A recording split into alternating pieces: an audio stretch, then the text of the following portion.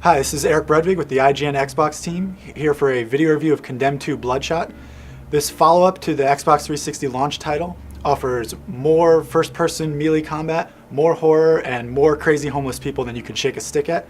But it's not all just the same. Monolith has addressed almost every criticism that people leveled at the first game with great success in most areas. Ready to have some fun? The first Condemned game left a lot of people confused, but you can rest assured that you won't have that problem with the sequel. Monolith took a lot of care to close out all the loose ends of the first game and introduce a whole new plotline and storyline that can stand by itself. The game continues the story of Ethan Thomas, the star of the first Condemned, who has now left the SCU and become an alcoholic who's battling demons both imaginary and real. The sequel can stand on its own, so if you haven't played the first game, don't worry about it, although things will make more sense if you have. I don't want to get too much into the plot to spoil the game for anyone, but rest assured there are some moments in this game that you will never see coming. Then, on the other hand, there are some areas in the game that feel like they were just written in because the designers had a cool idea for a level. In the end, the fully fleshed out story is a nice addition, although it doesn't come off quite as satisfying as the open-ended Criminal Origins.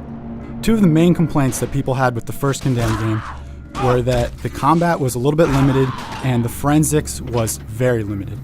Both of those things have been addressed by Monolith in the sequel. When you go into a crime scene and have to figure out what happened, you'll actually have to go through and complete your own crime scene investigations. You'll actually have to go through and investigate the scene, answer some questions, and then you'll actually get rated at it at the end of the crime scene investigation.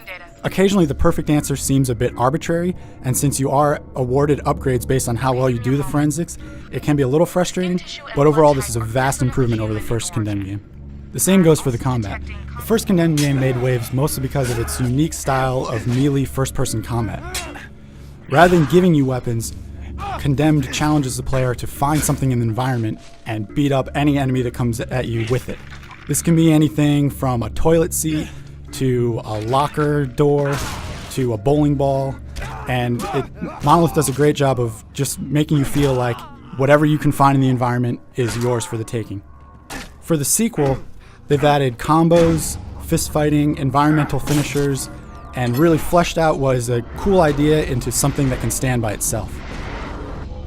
The only complaint I really have with the combat in Condemned 2 is that the game can sometimes lean too much towards shooting. In the first game, you'd get a gun and it would maybe have 2 bullets, and then you'd have to switch to something you found on the ground. In Condemned 2, there are whole sections of the game, especially towards the end, that give you a gun and put you against 5 or 6 guys who also have guns, and there's no other choice but to shoot it out. In this way, it seems like Condemned 2 sort of lost its way a little bit, and the focus of the game was lost. Monolith also added some things that you can do once you finish the main game. There's a thing called Bloodshot Fight Club, which is just quick, action-heavy challenges with leaderboard rankings.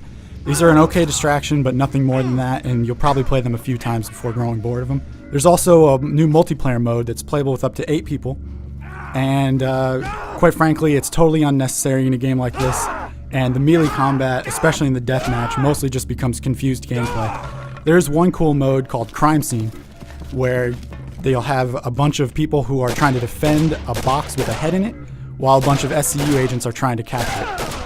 For the most part, Condemned 2 does everything it sets out to do quite well.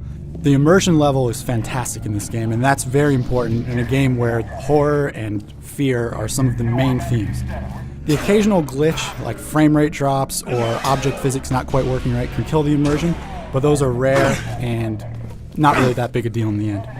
The third-person animations sometimes leave something to be desired, and also do a little bit to take you out of the immersiveness of the game. But on the other hand, the game has fantastic sound, even going so far as to taking simple combat and turning it into a cinematic experience with the use of great effects.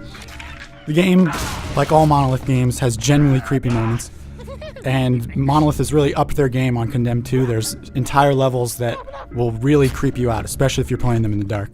So that's Condemned 2 in a nutshell. It's a great change of pace from traditional first-person shooters, and Monolith's unique brand of horror is always a great thing to look forward to.